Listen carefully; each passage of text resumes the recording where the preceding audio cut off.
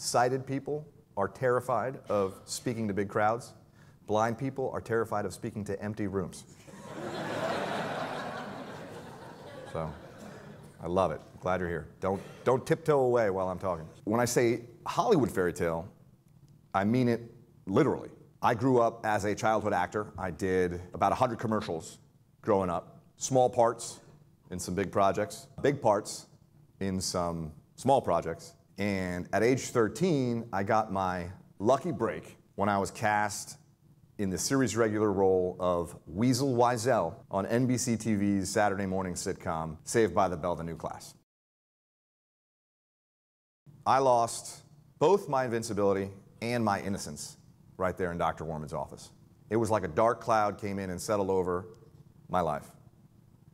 I started praying for time before the rain came. So I needed a cure, and I needed it fast. My family and I put our hope and our faith in the hands of these researchers.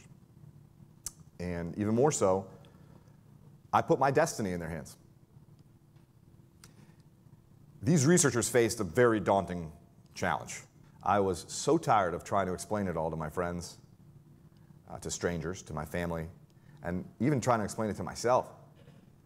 I was sick of the awkwardness, the tension, sick of feeling weak, sick of trying to cover. I was exhausted, I was lonely, I was scared.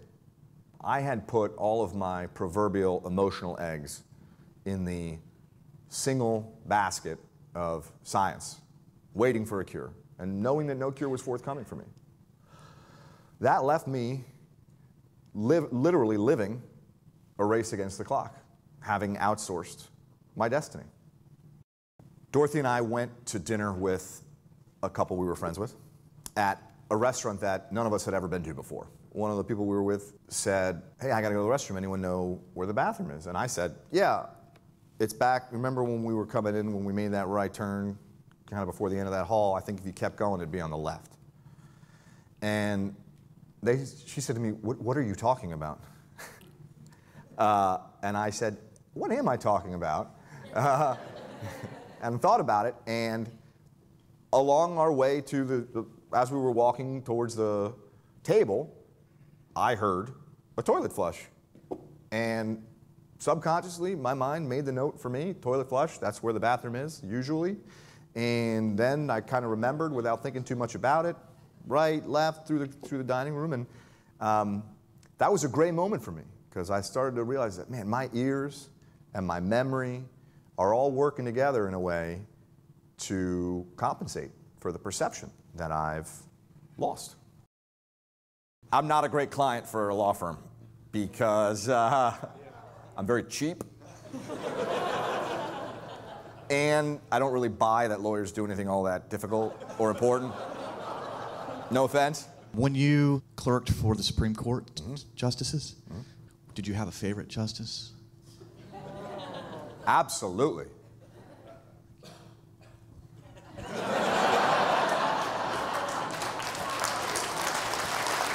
Who was that and why?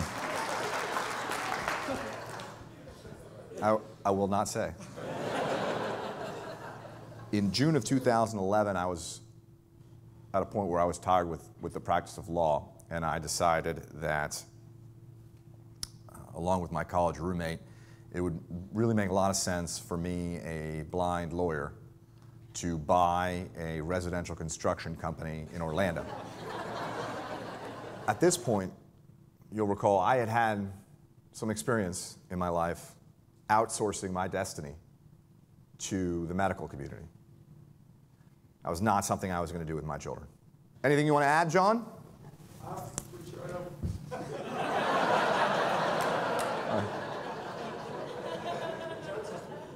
Is that consistent with the type of contribution you make to the company? John?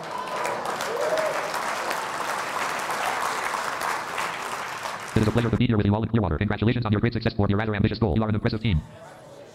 Yes, congratulations, success. Huh? Musical? No. No. I'm gonna guess you're on the software team. I don't mean to suggest that it's all like sunshine and roses and I love being blind, but it's the perspective. So bite off what you can chew, discrete problems, and it's amazing. There are solutions for everything.